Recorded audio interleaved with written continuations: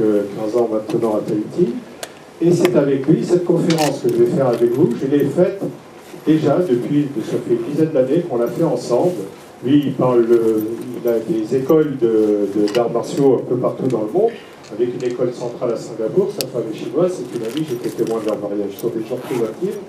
Et lui traduisait, donc il m'a invité dans ce dojo, et il traduisait en anglais, il parle l'anglais et le mandarin, entre autres. Et donc c'était très sympa, et cette conférence, on l'a déjà faite à Hawaï, à Beyrouth, à Singapour, à Bali. Et en France, ça fait la troisième ou la quatrième fois que je le fais. C'est la première fois qu'il est invité, ça c'est vraiment très chouette, il est avec nous par hasard.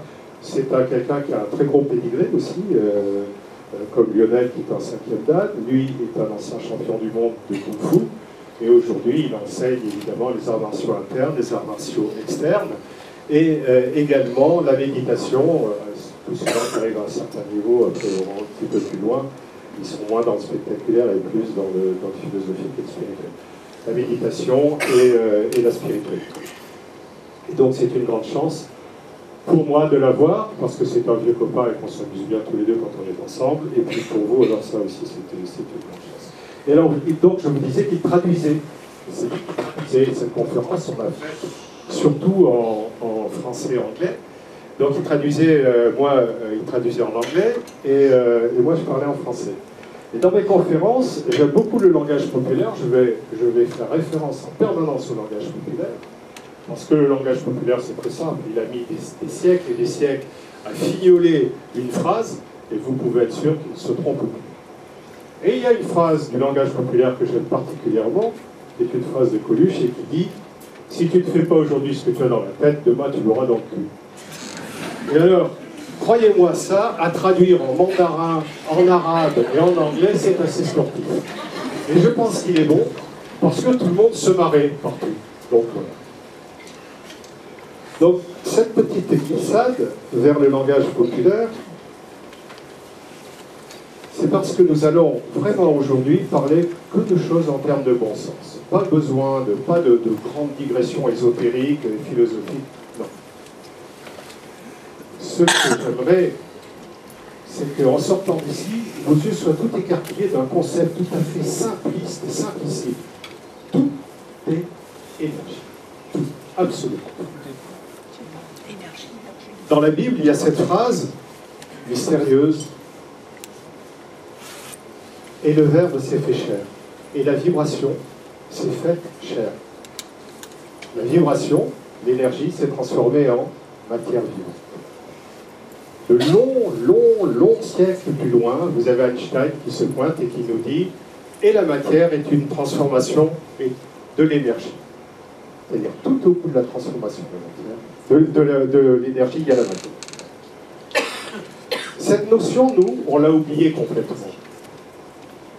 Donc, il nous manque un lien extraordinairement productif quand on l'utilise pour comprendre comment nous tombons malades, et qui est cette notion d'énergie. Si nous concevons que tout est énergie, la lumière, l'air, la chaleur qui nous entoure, les vibrations de la personne qui est autour de vous, les mots qu'elle vous dit, l'émotion que transportent ces mots, tout, absolument tout est énergie. Ce que vous mangez, c'est de l'énergie. Ce que nous déféquons, c'est de l'énergie. Là, je n'ai pas dit beaucoup parce que c'est dit, mais après, je vais dire des mots.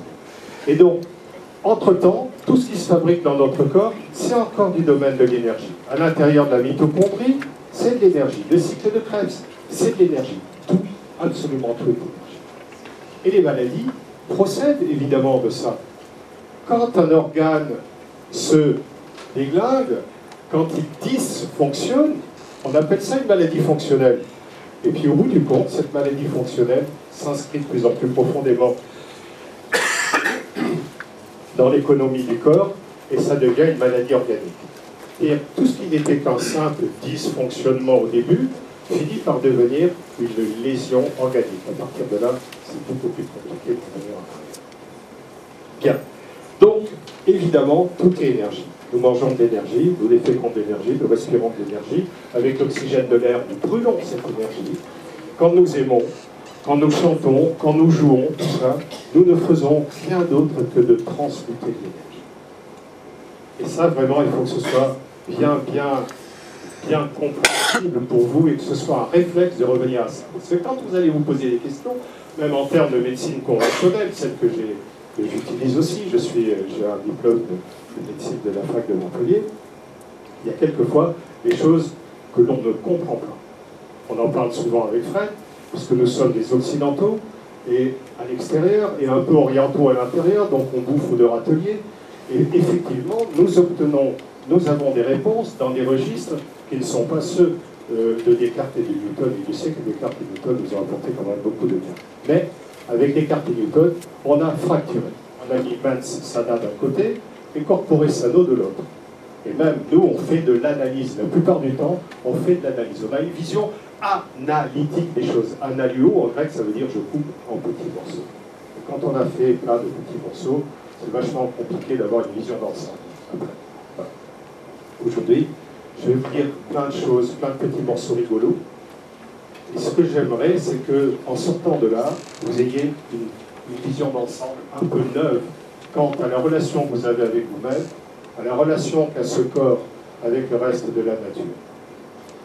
Alors, notre corps, c'est une interface de communication entre notre monde intérieur et notre monde extérieur.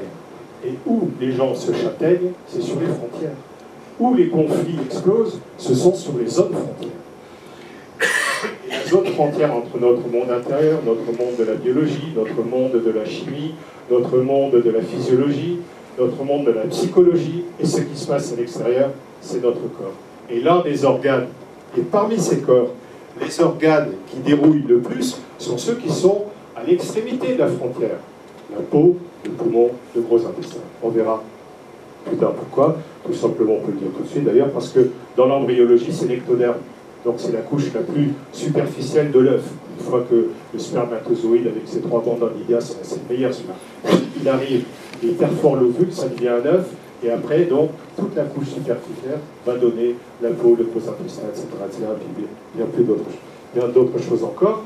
Et donc, ça c'est important de savoir, parce que quand on va, par exemple, soigner un problème fonctionnel de peau et qu'on l'éteint, vous pouvez être sûr que s'il y a une sorte de mémoire dans le corps, ça va se déplacer sur un poumon, et si on éteint cet asthme, ça reviendra sur un eczéma, et si on éteint cet eczéma, on aura une rectocolite ulcéro-hémorragique à la pivotale. Voilà. Donc, ce dont nous allons parler, c'est de quelque chose qui va être un peu nouveau pour vous. Et évidemment, le dénominateur commun, c'est qu'il y a de l'énergie qui circule dans notre corps. Pour vous, l'énergie, la plupart du temps, c'est les kilocalories que vous lisez sur les étiquettes quand vous allez acheter de la bouffe. Je fais pareil aussi quand je suis en phase d'amaigrissement. Éloignez un peu le micro. Hein? Éloignez un peu le micro. Je ne peux pas éloigner le micro parce que si je l'éloigne, vous n'entendez plus rien. Voilà. Donc je fais au mieux. Donc, et effectivement, ça me bouffe la lèvre inférieure. Je pense que je vais finir à amputer. Je crois que ça sera amputé la lèvre inférieure. Donc, je vais vous montrer un premier schéma.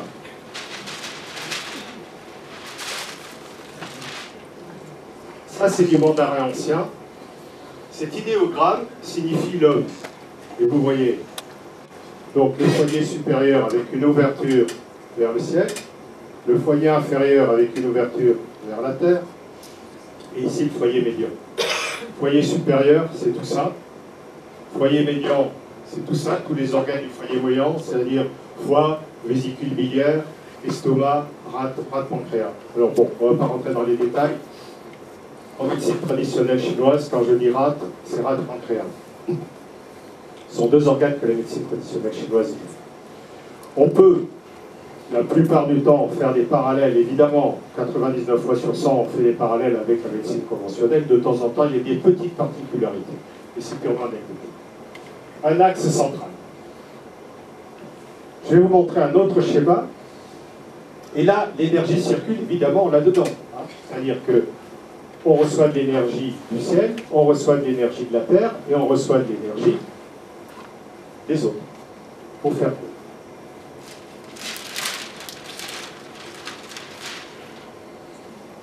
Un axe, un plan. Cet axe, c'est ce que j'appelle l'axe du transpersonnel. Tout ce qui se décide entre nous et nous-mêmes, ça se décide sur cet axe. Ils seront partie prenante de ces décisions ou de ces conflits, évidemment. Excusez-moi, de temps en temps, je vous tourne le dos, mais je ne peux pas faire autrement. Et puis, comme vous ne prenez pas note, tout ça, vous le trouverez ailleurs. Donc, tout ce qui se passe entre nous et nous-mêmes va concerner les organes qui sont sur cet axe. Tout ce qui se passe entre nous et les autres va plutôt concerner donc l'interpersonnel, axe du transpersonnel, plan de l'interpersonnel, va plutôt contacter les organes qui sont sur le plan du foyer moyen. Le foie, la vésicule biliaire, l'estomac et la rate payent un très très lourd tribut au conflit interpersonnel. Quand il y a des histoires entre nos désirs et nos peurs, transpersonnels, entre nos problèmes de cœur, joie, tristesse, transpersonnel, développement spirituel, transpersonnel. Évidemment, il y a un endroit où l'axe croise le plan, c'est ici, au sternum. Et vous comprenez que là, nous avons un nœud énergétique absolument fabuleux. Sur cet axe, évidemment, vous pouvez poser les 5 chakras. On ne va pas faire d'ésotérisme, juste quelque chose de simple. Alors en bas, ici, les organes qui sont là, au foyer moyen, dont on va parler, puisque je vais parler de ces organes, les uns après les autres.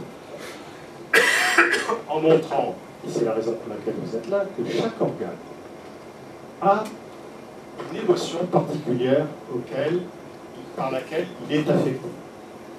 Et inversement, quand cet organe est, lui, affecté par une infection, un désordre fonctionnel, ça a un impact sur l'émotion correspondante. Ici, nous parlerons du rein et de la vessie du rein.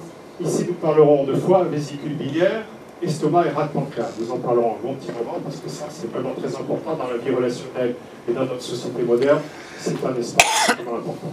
On parlera évidemment aussi ensuite du poumon et du cœur. Tous ces organes ont une émotion afférente. Je vais vous les citer une première fois, comme ça sera fait, et je vais revenir en détail sur chacun. Le rein, oui, son émotion, c'est la peur. Vésicule biliaire, l'audace. Foie, la colère, la rumination. Rate pancréas, la rumination mentale. Estomac, rumination aussi. Cœur, la joie. Poumon, la tristesse. La médecine traditionnelle chinoise est une médecine psychosomatique depuis le début. En médecine traditionnelle chinoise, le médecin, dans l'ordre des priorités, son art, c'était premièrement de discuter avec le patient pour voir d'où venait le problème et comment éventuellement, en changeant quelques biais dans son mode de vie, on pouvait résoudre le problème. Si ça ne marchait pas, ce que faisait tout de suite après, et là je vous parle d'un enseignement qui est déjà dans le Souen, et qui date du XIIe siècle après Jésus-Christ, donc ça ne date pas d'aujourd'hui. En deuxième, la priorité, deuxièmement, c'était on fait de la diététique, donc on corrigeait la diététique. La médecine traditionnelle chinoise, la diététique, c'est systématique, et Laurie ici s'occupe pour la plupart de la diététique de nombre d'entre vous. Donc la diététique c'est fondamental, évidemment, parce que c'est l'énergie. La respiration aussi, c'est fondamental. Si la diététique et la psychologie, ça ne marchait pas, on prescrivait des plaintes. XIIe siècle avant Jésus-Christ. Oui.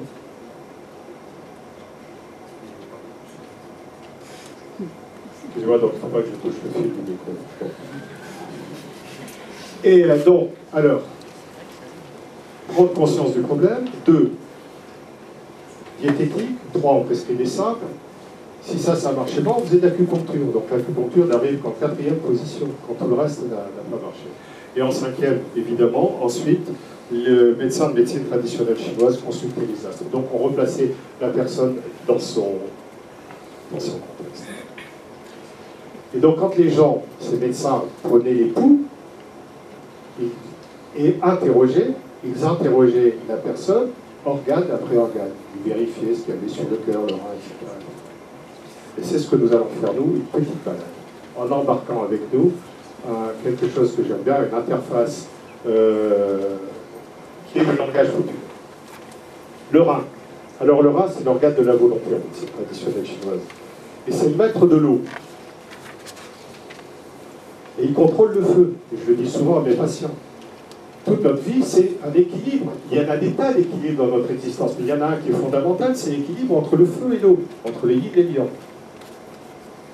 L'eau du rein contrôle le feu du cœur. Et le feu du cœur réchauffe l'eau du rein. Vous voyez? Non, on est dans un discours énergétique. Si vous le transposez à la psychologie, la passion, la sexualité, etc., ça ne fonctionne pas. Quand on donne un coup de rein, nous, c'est pour exprimer quelque chose, un effort. C'est un effort de volonté. Un coup de rein, ça sert aussi à faire un câlin, mais ça sert à pousser une brouette ou un projet. Le rein, c'est donc l'organe de la volonté. C'est aussi l'organe de la volonté chez les Grecs. Un toupie, un volein, voléo, ça veut dire voler. On se sent fort quand on a les reins solides. Inversement, si quelqu'un veut nous faire du mal, il peut nous casser les reins. Dans les arts martiaux, on peut casser les reins de quelqu'un, on peut aussi casser les reins de quelqu'un par des mots, par des énergies perverses. Et donc, dans la relation amoureuse, il est très important que cet équilibre rein-feu existe. Eau-feu existe. Donc, il faut qu'il y ait cette activité eau, puisque le rein gère, évidemment, vous devinez, la flotte dans le corps, pas lui tout seul, mais en grande partie. Et c'est par ailleurs le seul organe qui est à la fois yin et yang. Yin, c'est le rein de l'eau, yang, c'est l'organe de la force vitale et de la volonté. Qu'est-ce qui casse le rein? Qu'est-ce qui casse l'énergie de rein? Il y a des gens qui naissent avec des reins faibles, les prématurés naissent avec des reins faibles. Mais aussi les excès sexuels, les longues maladies, les longues fièvres qui sèchent le corps, qui brisent le rein. Le surmenage, et le froid. Et ce qui casse le plus le rein, et mes patients le savent, parce que je suis tout le temps en train de leur poser la question, c'est le manque d'eau. Et le rein est un organe fondamental au cours de la vieillesse.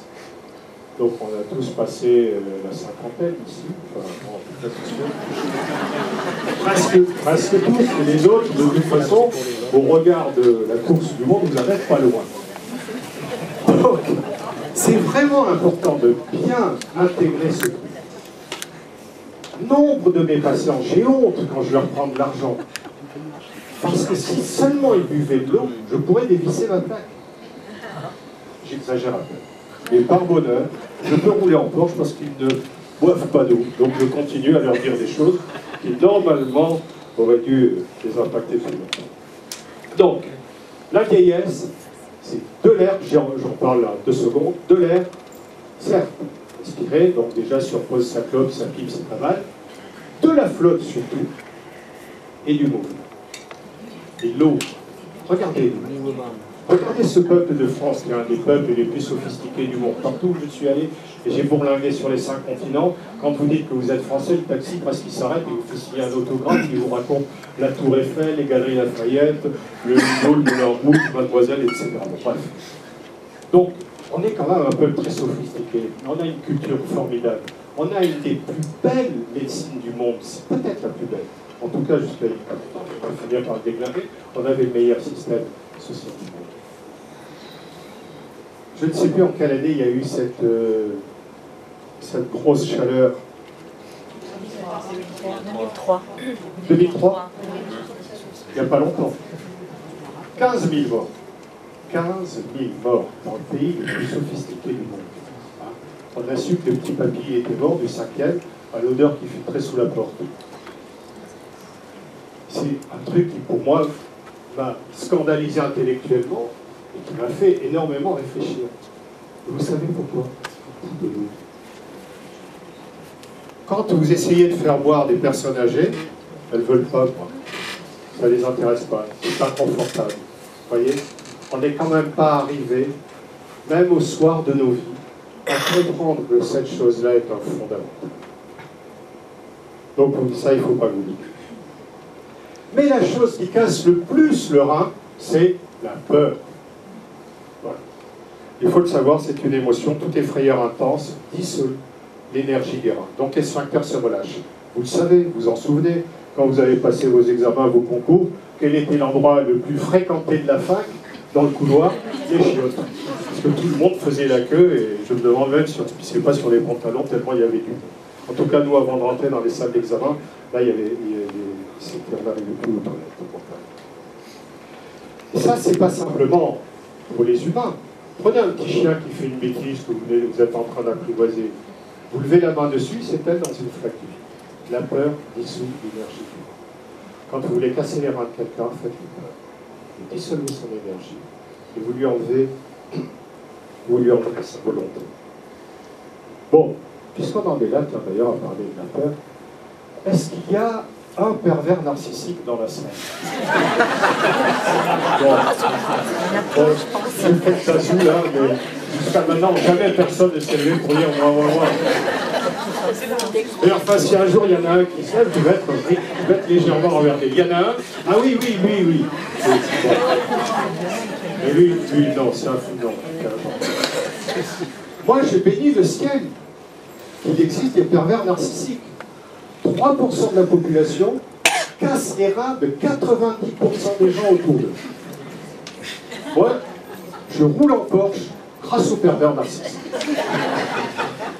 Donc, si vous en croyez, si vous en rencontrez, souvenez-vous, ces gens cassent les reins. Ces gens distillent de la peur à longueur de temps. Et effectivement, ils annihilent, ils mettent les gens sous emprise et donc ils enlèvent la volonté. Hein, la peur, donc, je le disais là, c'est l'outil numéro 1 de la manipulation. Comment sait-on que la peur a fini par altérer l'énergie du rein? Alors je le fais rarement, mais je vais le faire là parce que c'est important. Il y a trop d'énergie dans l'eau, je vous ai dit. Le rein gère la flotte et il gère l'équilibre entre le feu et l'eau.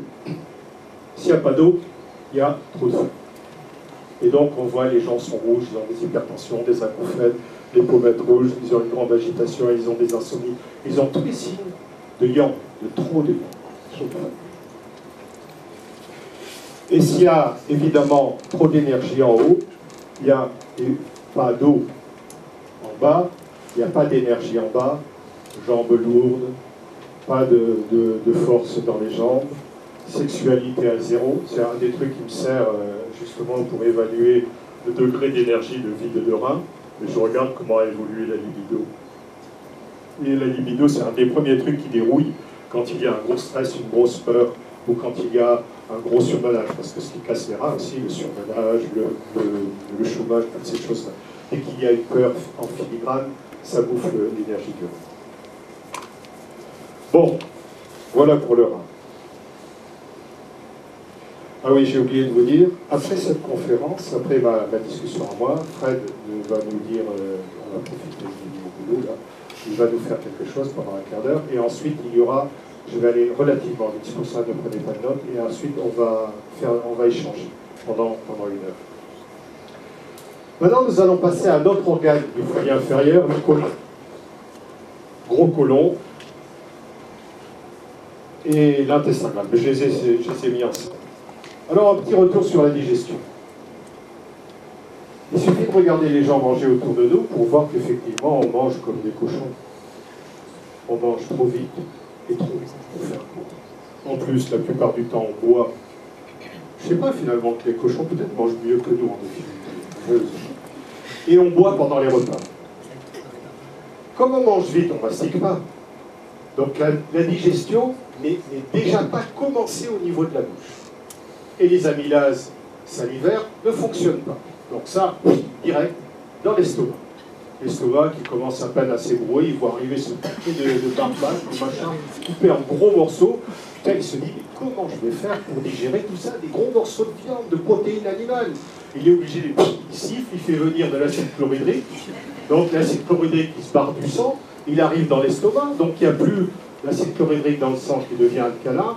Et voilà pourquoi on roupille après les repas. Donc on est en alcalose post-prandiale. Il y a de l'acide dans l'estomac, trop.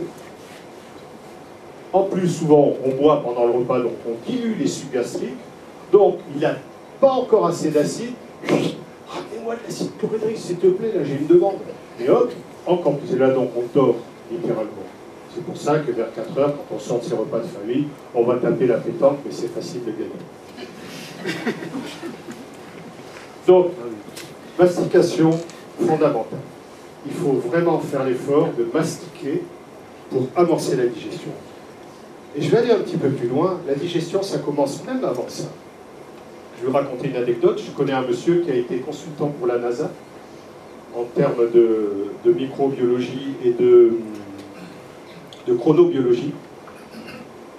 Et donc, un Français qui a bossé avec la NASA pendant très longtemps. C'était à l'époque du paroxysme de ces vols habités qui tournaient pendant longtemps dans des navettes quand ils construisaient l'ISS.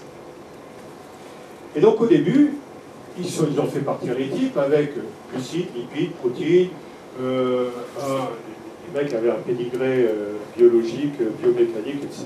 absolument parfait. Le genre de type qui ne va jamais chez le médecin, donc je ne pourrais pas vous dire. Et moyennant quoi, ces types partaient nickel chrome, surtout le plan psychologique, biologique, etc., alimentaire, parfaitement équilibré. Et ils ont été obligés de faire redescendre 2 navettes prématurément, parce que les gens, puisqu'ils bouffaient tant de grammes de lipides, comme ça avait été calculé, ou tant de grammes de protéines, tant de grammes de glucides. Donc, tout était absolument... Sur le papier, c'était parfait. Les écologies, puisque nous sommes des poubelles, vous le savez, hein, on va le voir, dans le gros intestin, dans notre gros intestin, il y a 600 familles, 600 à 1000 familles de bactéries. Je ne dis pas 600 bactéries ou 1000 bactéries, 600 à 1000 familles de bactéries. Ils s'invitent les uns les autres. Où tu vas aujourd'hui? Ben, je vais bouffer chez les Klebsiella et toi. Alors j'ai un petit rencard avec les Escherichia coli, et ça c'est assez connu, c'est ceux que vous trouvez sur les trucs, mais bon, il y en a 10 puissance 14 bactéries dans le gros intestin. 10 puissance 14 bactéries, 100 000 milliards de bactéries. C'est-à-dire que dans notre gros intestin, il y a à peu près 3 à 4 kilos de masse vivante qui sont constituées par des bactéries. Donc, vous comprenez bien que toutes ces bactéries sont absolument indispensables. 60% de notre immunologie, c'est elles. Une grosse partie de notre énergétique, c'est grâce à elles, entre autres. Et donc, ils avaient fait monter les mecs dans l'espace, tout était super bien équilibré, les microbiotes étaient parfaitement équilibrés. Et ils ont été obligés de les redescendre parce qu'ils faisaient caca dans leur combinaison. Et puis en plus, ils avaient des chiasses.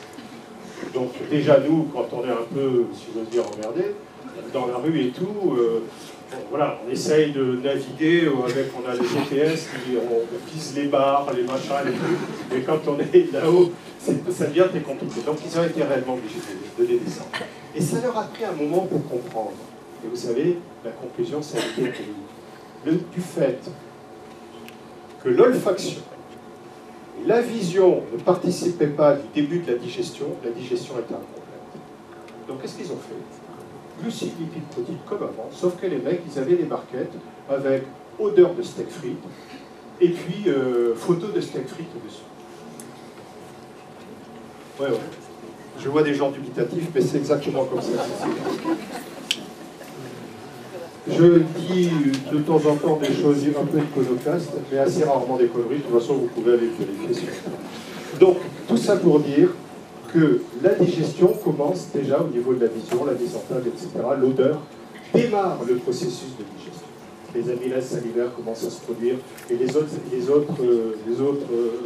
comment dirais-je, éléments de la digestion démarrent déjà avec l'odeur. Quand vous soulevez le couvercle, que vous rentrez chez vous et que ça sent bon, la blanquette, là, vous êtes déjà en train de démarrer votre digestion.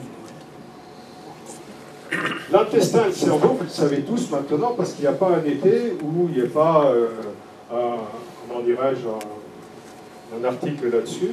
L'intestin et le cerveau, on ne peut pas les séparer.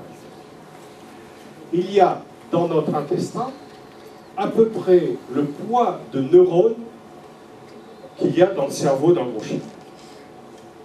Donc, aujourd'hui, les neurosciences vous disent que notre premier cerveau, à l'époque où on était des amibes, c'est-à-dire il y avait une entrée, une sortie, et puis un peu de tissu nerveux au milieu, pas grand-chose, hein, on était par là, si Darwin a raison. Donc, notre premier cerveau, ça a été ce cerveau extrêmement archaïque du gros intestin. Puis après, on s'est mis debout, etc. On s'est mis à Gamberger. Il y a eu Mozart, Kant, Johnny Hallyday, tout ça. Et donc, on a développé l'autre cerveau. Parce que pour comprendre les chansons de Johnny, on avait...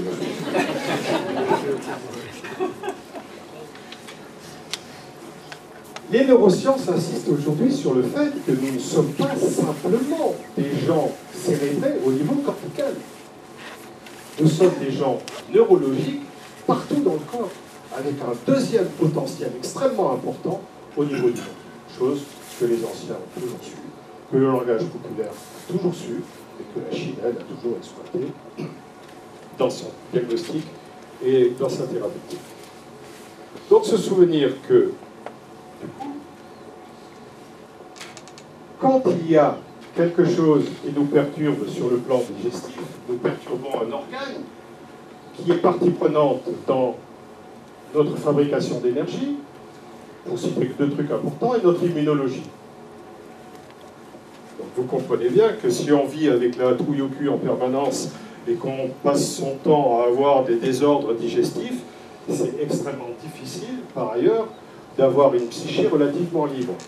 Et vous avez noté aussi que quand vous avez peur en permanence, vous avez des troubles digestifs. Ce n'est pas d'ailleurs que le côlon qui encaisse les stress digestifs, les stress d'une manière digestive, qui s'expriment d'une manière digestive. Nous verrons que le foie, la vésicule et l'estomac le font beaucoup aussi. Donc, émotion, impact sur le gros intestin. Impact sur le gros intestin, impact sur l'énergie, impact sur notre immunologie. Baisse de notre immunologie, impact sur toute notre vie. Dépression immunitaire, dépression psychologique. Ça aussi, ne le séparez plus. Le jour où vous n'êtes pas bien physiquement, où vous êtes un peu déprimé physiquement, et que vous êtes un peu déprimé, c'est un ensemble, c'est un tout. C'est plus simple si vous le prenez comme ça, parce que vous allez guérir plus vite. Si vous avez une dépression psychologique, votre boyfriend n'a pas été sympa, vous n'avez pas eu, ou alors vous avez écouté une chanson de Johnny Hallyday qui vous a arraché les larmes, par exemple, vous avez une brutale dépression immunitaire, et votre tube digestif va apporter des conséquences. Donc, le gros intestin, se souvenir que ce n'est pas simplement un organe de la digestion, loin de là. Il y a beaucoup à dire aujourd'hui, maintenant on commence à dire de plus en plus, la perméabilité intestinale. Laurie travaille énormément là-dessus. Beaucoup de gens autour de vous commencent à prendre conscience de ça. C'est quelque chose de fondamental. Cette barrière-là, il faut qu'elle soit vraiment en bon état. Sinon, notre vie devient un vrai calvaire. La perméabilité intestinale. C'est-à-dire, cette membrane de l'intestin, vous savez, hein, d'un côté il y a de la bouffe, de l'autre côté il y a du sang. Et c'est à travers les villosités intestinales que ça passe. Et si ça c'est trop ouvert, il y a toute la merde qui passe en même temps dans le sang. Attention à tout ça. Je fais court. Pour vous dire à quel point il y a une relation aujourd'hui connue, pas présumée, mais connue, élaborée entre le gros intestin et le comportement. C'est aujourd'hui, il existe, et vous irez le vérifier, je le dis pour la dame qui me regarde avec un air très dubitatif au fond, les grandes revues américaines, Nature, Science, mais les autres aussi, de neurosciences montrent qu'il y a une relation directe aujourd'hui entre l'autisme et le gros intestin, et la perméabilité intestinale. Ça vous embouche un coin. Moi, ça m'avait dit que ça m'embouche un coin. Bon, ça c'était le foyer inférieur. Rein, gros intestin. Rein, l'eau, gros intestin, pas simplement de la bouffe. Montons sur ce plan-là, le plan du foyer moyen. Et on va commencer par le foie. Le foie, c'est l'usine à énergie du corps. Le cycle de Krebs, tout ça, le foie, c'est l'usine à énergie. Par ailleurs, le foie, en médecine traditionnelle chinoise, c'est pas simplement un organe de la digestion. Vous savez que le foie, c'est un foie, il y a un foie exocrine qui participe à la digestion, les selles biliaires, etc. Et un foie endocrine qui participe à l'énergie, les immunologies, les allergies, etc. Le foie est un très très gros organe. C'est peut-être l'organe le plus important de notre corps. Et par bonheur, la nature est sympa. C'est le seul qui se régénère un peu si on l'abîme, pas trop quand même. Enfin, cela dit, au bout d'un certain nombre de bouteilles de whisky, il refuse de se régénérer. L'organe du foie, c'est un organe qui a un rapport avec les tendons et les muscles en médecine traditionnelle chinoise, avec les yeux. Nous, en France, on dit les yeux sont le miroir de l'âme. Et en Chine, on dit les yeux sont le miroir du foie. Vous savez d'ailleurs que les yeux sont le miroir du foie parce que quand vous avez bien picolé, le 25 décembre et le 31 décembre, le lendemain, on a tous les yeux un peu jaunes, en même temps qu'on a la casquette à boulons, on a des boutons, un peu tout ça. Et là, c'est le foie qui est saturé. Les yeux sont le miroir de l'âme. Les yeux sont le miroir du foie. En médecine traditionnelle chinoise, dans la tradition chinoise, il y a deux âmes. L'âme du cœur, pour faire court, c'est celle qui s'évoue, qui s'éveille quand on est amoureux. Et l'âme du foie, l'âme éthérée, c'est celle qui vous permet de percevoir les choses derrière les choses, pour faire court, l'intuition. Le foie, il n'a qu'un ennemi. Bon, évidemment, il y a un certain nombre de choses, je vais passer très vite là-dessus, parce que vous les avez largement expérimentées pendant toute votre existence. Prince, œuf, chocolat, alcool, café, tabac et tout ça. Au bout d'un moment, ça finit par vous en foutre des crises de foie. Mais son plus grand ennemi, ce qui nous occupe aujourd'hui, c'est la colère. C'est une émotion très particulière, la colère. Chaque fois qu'il y a une colère, il y a une perturbation au niveau hépatique, en médecine traditionnelle chinoise. Quand le foie s'échauffe, on dit que le qi du foie, le feu du foie monte. En même temps que la colère est une émotion qui monte, vous voyez les gens qui se mettent à suer, qui se mettent à parler fort. Il y a le centre de gravité énergétique de l'individu qui monte. Vous savez, c'est le dîner de famille, j'en ai invité les cousins, le Roubaix, la tante de Marseille, etc. On se dit ça va être génial et tout. Et à la deuxième bouteille de Listel, il y a déjà des gens qui commencent à s'engueuler et à la fin du repas, on est obligé de planquer les couteaux. C'est à cause du foie. Si on a mangé un peu gras, c'est sûr que le feu du foie va monter, le centre de gravité énergétique va monter, et quelque chose qui a un centre de gravité trop haut est absolument instable. Et quand les gens ont un centre émotionnel instable, ils ne peuvent pas gérer leurs émotions. Déjà, ils ne les gèrent pas très très bien dans la vie quotidienne.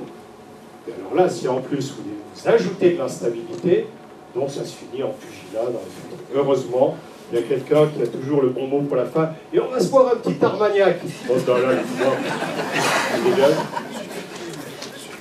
bon, voilà pour le foie.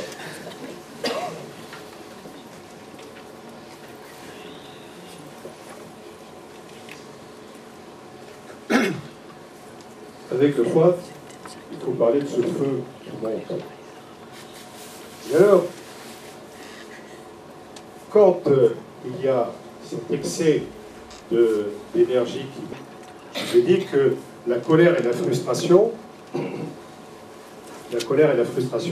sont des choses qui engendrent un feu de foie et donc une agitation intense.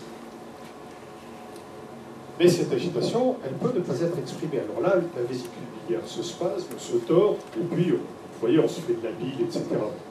Le langage populaire est très très riche dans ce domaine. Alors, vous savez, quelquefois, ça nous est arrivé tous, c'est que, imaginez une soirée de Coupe du Monde, il y a tous les copains qui sont là, c'est-à-dire que madame est en cuisine, et il y a tous les mecs qui sont dans le salon, avec les pieds sur la table, en train de dévisser des canettes, et de bouffer des chips, en foutant des miettes partout.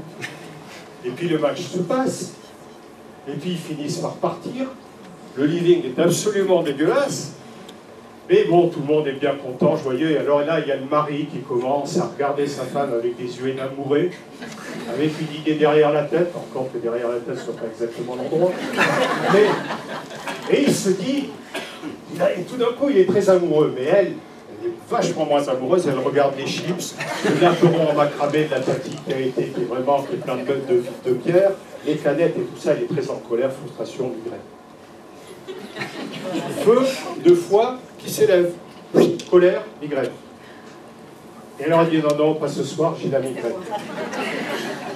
Eh bien écoutez, si vous faites un câlin, vous pouvez le faire aussi avec un jus de citron chaud, mais c'est moins rigolo. Si vous faites un câlin, vous faites descendre l'énergie, puisque vous mettez de l'énergie dans le foyer inférieur. Donc ce trop-plein d'énergie ici, il est appelé en bas. Donc, mesdames, s'il vous plaît, la migraine n'est pas un argument valable. Cliniquement, voilà. Merci, messieurs. Pensez-moi, vous filez mon numéro de compte en banque. Il faut protéger notre foie. Pour la bonne et simple raison, évidemment, que c'est l'organe, un des organes les plus importants. Ils le sont tous, hein, je les aime tous. Lui, je l'aime plus que les autres, parce que c'est peut-être le plus sophistiqué. Il correspond à beaucoup de choses dans notre organisme. Et puis je l'aime bien parce que je suis un ancien élève des Beaux-Arts, c'est l'organe de l'imagination, c'est l'organe de la pulsion créatrice, c'est l'organe du printemps. Sa couleur, c'est le vert. Il faut le protéger. Donc il faut faire attention à nos colères et surtout à nos frustrations. La colère, ça peut être une bonne chose. Et c'est même quelquefois absolument indispensable qu'il y ait un catharsis qui puisse mettre en terme à une surpression énergétique. De toute façon, une chose poussée à son extrême finira par basculer en son contraire. Et la colère est quelque chose qui permet justement ce basculement, ce switch. Et la frustration, il faut faire attention. Parce qu'une frustration, c'est une colère non exprimée. Et une colère non exprimée, ça vous déglingue le foie, la vésicule, tout le foyer moyen pendant des années. Et donc ça crée des perturbations fonctionnelles pendant longtemps auxquelles on s'habitue. Et on dit on vit avec ça. Et puis un beau jour, on se retrouve avec une pêche sur le foie, on se retrouve avec un cancer de la petite courbure, on se retrouve avec des maladies fonctionnelles qui sont devenues organiques. Là, c'est beaucoup plus compliqué. Donc protéger le foie. Graisse, œufs, chocolat, alcool, café en grande quantité, c'est pas bon pour le foie. Mais la colère et la frustration, c'est terrible. La colère non maîtrisée, hein, la colère confuse. La vésicule biliaire. Deux mots sur la vésicule biliaire. Nous, la vésicule biliaire, en Occident, c'est une espèce de vase à expansion qui est sous le foie. Le foie fabrique des sels biliaires. Sans les sels biliaires, on ne peut pas saponifier les graisses, on ne peut pas donc digérer les graisses. Et entre parenthèses, si on ne digère pas les graisses, on ne peut pas assimiler la vitamine D. Si on n'assimile pas la vitamine D, on ne peut pas équilibrer notre calcium. Si on n'a pas un calcium équilibré, calcium, magnésium, phosphore ne sont pas équilibrés. C'est pour ça que si vous bouffez du gras toute la journée, vous picolez du sauterne toute la journée ou de l'alcool toute la journée, vous avez un foie en mauvais état, vous ne pouvez pas non plus avoir une vitamine D. Bon, bref, il faut faire attention à ça parce que cette histoire de digestion des graisses et de vitamine D, ça débouche sur des vides, des manques de calcium, et on va vous coller une étiquette de spasmophile, et on va vous filer du calcium, alors que la première des choses à faire, c'est de vérifier que le foie et la vésicule biliaire fonctionnent bien. Tout à l'heure, je l'ai dit, à la place du câlin, évidemment, on peut faire un jus de citron dans un peu d'eau tiède. Le foie et la vésicule, quand vous leur envoyez le signal eau tiède et citron, la vésicule, elle se spasme, elle se squeeze, elle envoie une giclée de sel biliaire et vous êtes beaucoup. Donc avant de partir à un graillou où, un, on va vous emmerder, et deux, vous allez bouffer gras, attaquer tout de suite un jus de citron dans un peu d'eau tiède. Et au retour, c'est vraiment l'oncle de Roubaix, il a été particulièrement emmerdant, 2 jus de citron. La vésicule biliaire, donc le foie, c'est l'organe de la pulsion créatrice. C'est l'organe de la vitalité et de la vie entre autres. Lui, il fabrique. La vésicule biliaire stocke les sels biliaires. Et en médecine traditionnelle chinoise, c'est l'organe de l'audace. Les gens qui ont eu très tôt des problèmes avec leur vésicule biliaire sont des gens qui ont une caractéristique assez rigolote, mais il faut être un peu pro pour le voir, sont des gens qui ont de la peine à prendre des décisions. C'est-à-dire qu'ils sont le mec qui est devant sa porte le matin et il ne sait pas s'il va foutre des chaussettes rouges ou des chaussettes bleues. Là, c'est plutôt les gonzesses qui font ça, vous savez. Elles nous disent, bon, qu'est-ce que je mets ce soir? Oh, je ne l'ai pas dit fort non plus. Bon. Vous savez, nos compagnes, pour aller chez nous, elles sont là, on va sortir, et puis elles ont ouvert la porte. Alors, elles sont en petite tenue, elles disent, bon, qu'est-ce que je vais mettre? Alors, elles sortent un truc, je vais mettre ça. Alors, elles le mettent devant eux, comme ça, elles disent, non, pas ça. Non, alors, elles le mettent pas. Alors, je vais plutôt mettre ça. Et nous, on est dans le fauteuil, on est là, on attend. Et ça, qu'est-ce que tu penses? Je suis bien avec ça? Nous, alors, comme ça finit par nous gonfler, au bout d'un moment, on dit, ouais, mais ça, tu seras toujours la plus belle. Voilà. Cette manière de faire, mauvaise. Dites quelque chose et prenez une décision. Il faut que vous preniez une décision. Bon, bref. Vide de vésicule biliaire, ce qui est caractéristique chez ces gens qui ont très tôt des vides de vésicule biliaire, là, je blaguais évidemment. C'est cette notion de d'indécision. Vous savez, il y a deux choses importantes dans l'action en médecine chinoise. Il y a le rein. Le rein, c'est celui qui donne la force. Vous disais le coup de rein. Hein. Faire un câlin, pousser une boîte, pousser un projet, ça va vraiment impliquer de la puissance dans le rein. Mais ce qui va démarrer l'action, c'est une vésicule biliaire en bon état. C'est donc, vésicule démarre, rein prend le section, prend le relais. Et alors, vous avez des gens qui ont des vésicules biliaires puissantes et des reins faibles. Eux, ils démarrent l'action et puis ils la laissent tomber. Vous avez des gens qui démarrent jamais rien. Et si vous démarrez à leur place, que vous les poussez, vous ne pouvez plus les arrêter après. Ils vont jusqu'au bout. Eux ont des vésicules biliaires pas très puissantes, mais des reins puissants. Ceux-là ont besoin qu'on les lance. Évidemment, vous avez des gens qui ont tout qui va bien, alors eux, c'est des gagnants. Tu vois, et ceux qui ont ni vésicule biliaire ni reins, ils sont là. De toute façon, ils ne sont pas ici. Donc la vésicule biliaire, l'organe de l'audace, accessoirement évidemment graisse, chocolat, alcool, café, tabac, tout ce qui comment dirais-je, qui agresse ou qui implique le foie, implique la vésicule biliaire. Faire attention avec ça parce que dans l'éducation, quand on brise l'élan d'un jeune être sur lequel on est censé avoir de l'autorité, pas d'autoritarisme, de l'autorité. Autorité, c'est rendre l'autre auteur de sa propre vie. Autoritarisme, c'est casser un élan. Vide de vésicule. Donc c'est vraiment tous ces gens, quand je vois des gens qui ont des vésicules biliaires, qui sont vraiment en mauvais état, qui digèrent mal les graisses, qui sont un peu jaunes, qui ont des migraines, des céphalées, qui ont une odeur particulière de la laine, etc., je leur demande de me parler de leur enfance et très souvent on tombe là-dessus. Des gens qui tout d'un coup, ils étaient artistes, mais dans une famille de gens qui étaient plutôt des analytiques que des synthétiques, et on leur a coupé, non, tu ne feras pas de la danse, peut-être plus tard si tu veux. Moi j'ai des tas de copines qui ont fait des tas d'études très sophistiquées, et un jour elles ont tout envoyé chier, elles sont devenues ce qu'elles voulaient être, danseuses. Dont une qui a fait Sciences Po et maintenant elle a un cours de danse à faire. Allez, on continue avec les organes du foyer moyen. On a fait quoi, vésicule biliaire? Estomac. Ah, l'estomac. L'estomac. Alors, je me rappelle le prof de fac qui nous disait l'estomac paye un très très lourd tribut au stress chez l'homme, et chez la femme, à l'époque, c'était la cystite. Bon. Maintenant, la différence n'est plus tellement importante. Ça, c'était malheureusement il y a longtemps, hein, il y a 30 ans, quand je faisais mes études. Aujourd'hui, les femmes sont des hommes comme les autres. Elles ont des boulots comme les mecs. Des responsabilités comme les mecs, en plus elles ont des enfants à gérer, elles ont une double vie, elles ont énormément de stress et de soucis, elles divorcent beaucoup, nous aussi d'ailleurs, hein, puisqu'elles aussi... 2 femmes sur 3 élèvent leurs enfants seules dans les grandes villes, 1 sur 3 sur tout le territoire français est une maman qui élève ses enfants tout seul. Et un des organes qui dérouille le plus, c'est l'estomac, dans les relations interpersonnelle. Rumination mentale, stress, estomac. Brûlure d'estomac, ulcère d'estomac. L'ulcère d'estomac, c'était avant l'apanage de l'homme. Maintenant, c'est aussi l'apanage de l'homme. C'est aussi une des pathologies de la femme. Pour une autre raison aussi. C'est que l'estomac est agressé par quelque chose dont on parle souvent avec Fred, c'est l'hyperacidité. Alimentation trop acide, et trop de café, et trop de tabac. Tabac, stress, adrénaline, acide chlorhydrique, irritation de la muqueuse, cette muqueuse chauffe, on a mal à l'estomac. Quand on a mal à l'estomac, ici, il y a une raideur au niveau, il y a un encombrement énergétique au niveau ici du plexus. Vous avez des tensions, les piliers du diaphragme. Le diaphragme qui est juste au-dessus de l'estomac, hein, c'est la double voûte qui est au-dessus de l'estomac, commence à souffrir, à se sidérer.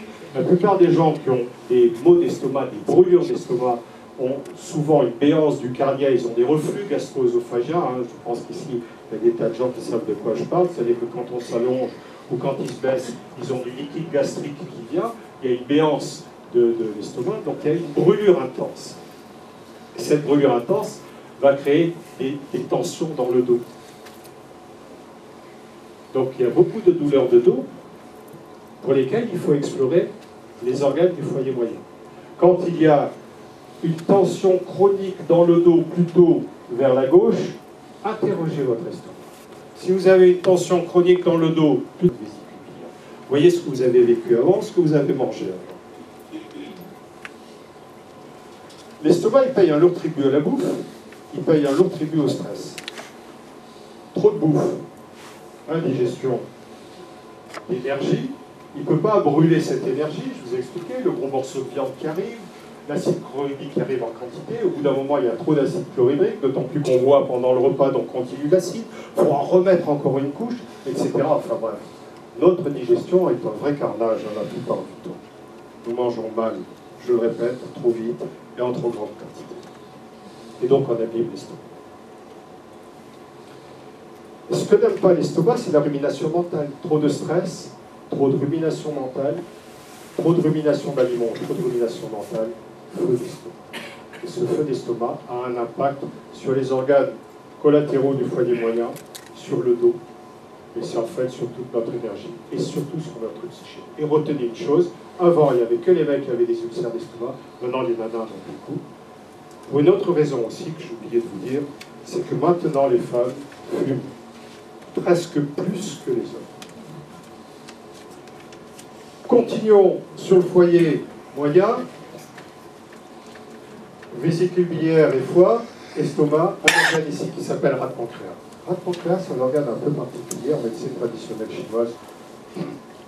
Pour nous, rate, c'est plutôt un organe du sang, et pancréas, un organe de la digestion et de l'endocrinologie aussi. Un organe, le pancréas, produit des amylases pancréatiques qui participent de la digestion.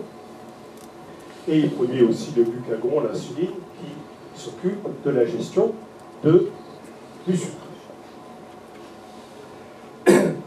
En médecine traditionnelle chinoise, cet organe, c'est l'organe de la rumination mentale.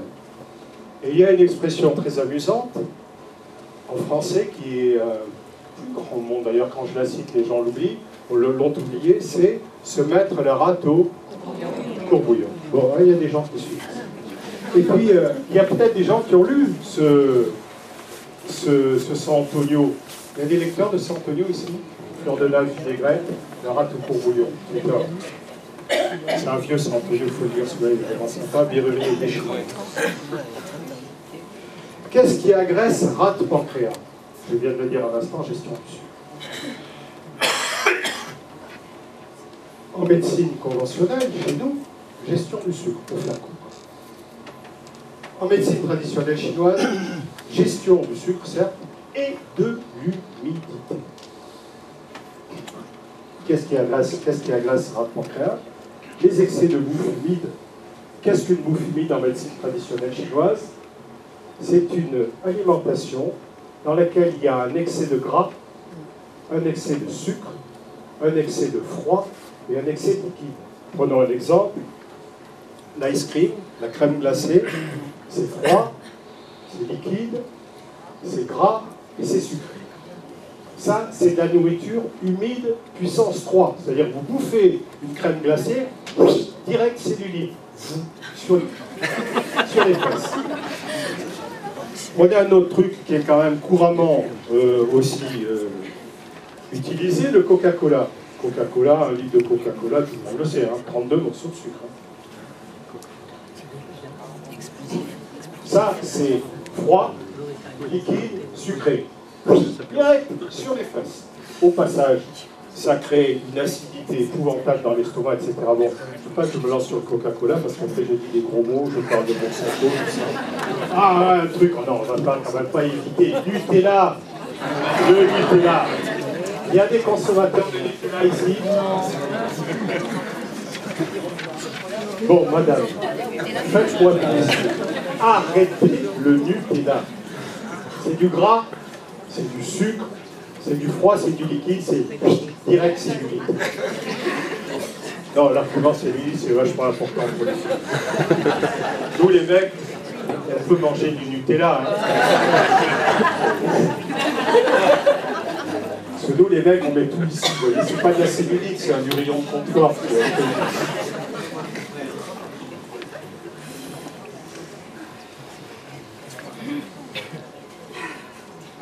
Je Je vous disais que la rumination mentale abîmera le pancréas.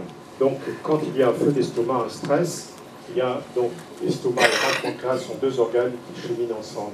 Hein, dans une, on ne va pas rentrer dans les détails de petites choses. Enfin, on ne peut pas les dissocier en médecine traditionnelle chinoise. S'il y a un feu d'estomac, excès de yang sur l'estomac, il y a un vide d'énergie sur le pancréas. Et à ce moment-là, une fois que le stress est passé, qu'il a bien foutu le feu à l'estomac, il y a de la rumination mentale et ça épuisera. Donc on ne gère plus l'humidité. Si par ailleurs vous habitez dans un pays comme où on a habité, Fred et moi, des pays tropicaux, et que vous mangez excessivement toute la journée du poisson cru arrosé de Coca-Cola, nous quand on est arrivé, enfin Fred est arrivé après moi, mais quand je suis arrivé en Polynésie, c'était un des peuples les plus beaux du monde, franchement.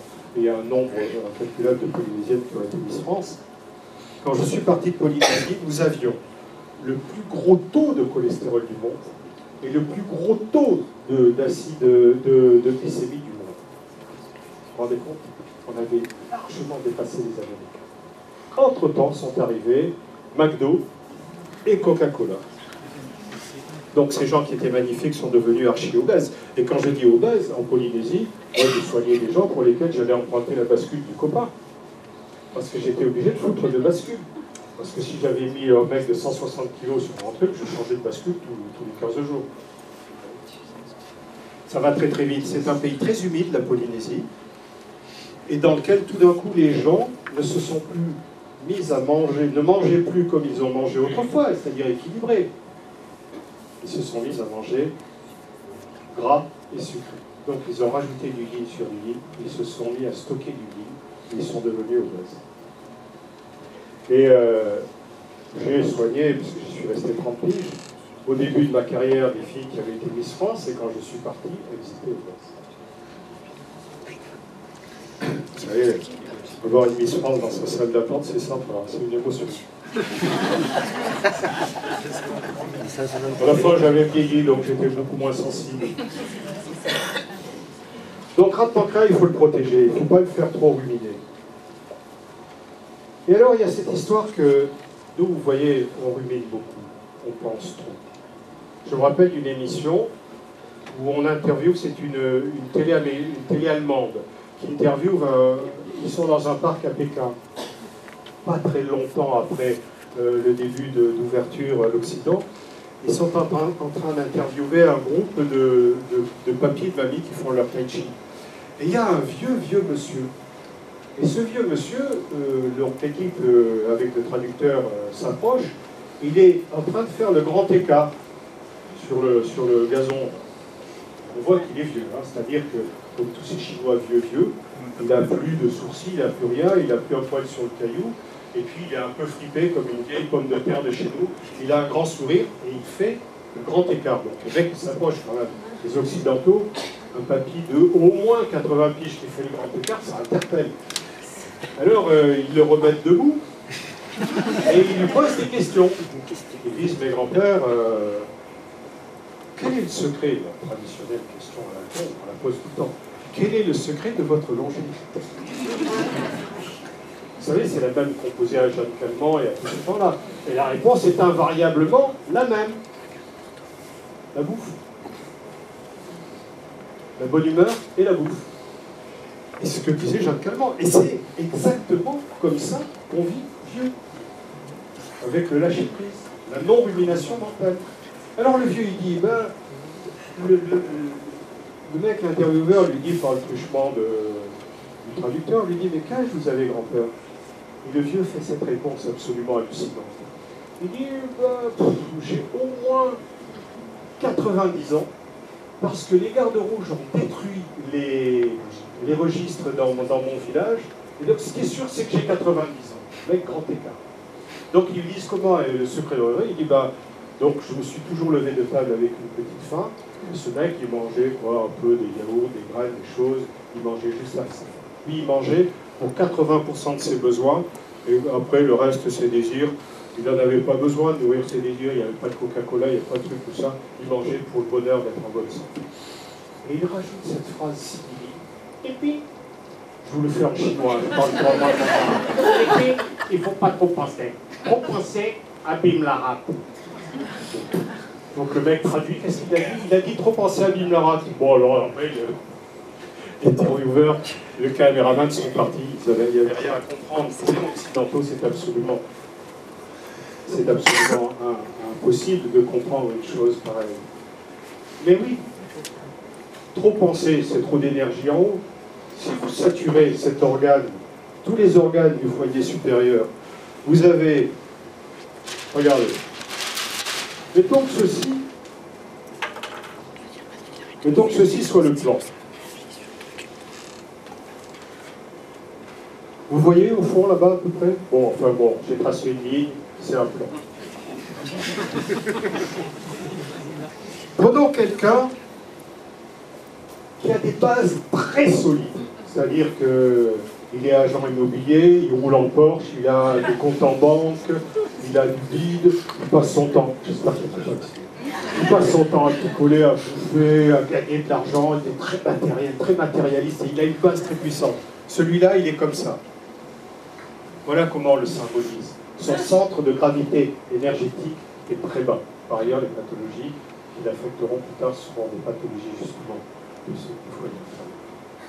Prenez l'inverse. Quelqu'un qui gamberge toute la journée, qui se prend le chou pour tout, ou qui est un intellectuel, parce que son activité professionnelle est d'intellectualiser en permanence. C'est quelqu'un qui est comme ceci. Vous voyez ? Là, le centre de gravité est très bas, ce qui donne de la stabilité au système. Là, le centre de gravité est très haut, et vous comprenez bien que ce système est instable. Si vous chargez votre bagnole, c'est interdit maintenant, mais avant on le voyait, la bagnole très très haut, prenez les virages, elle est par terre. Quand vous êtes bien chargé dans votre tête très très haut, à la première réflexion un peu déplacée, vous êtes par terre. Ou alors vous êtes à l'hosto, ou alors vous êtes en prison. Parce que le centre de viennent certaines graines, de préférence des graines non transformées. Alors le riz, le quinoa qui n'est pas vraiment une graine mais qui est considéré comme tel aujourd'hui, etc., etc. Tout ce qui est céréales devrait être une nourriture de fête et non pas une nourriture santé.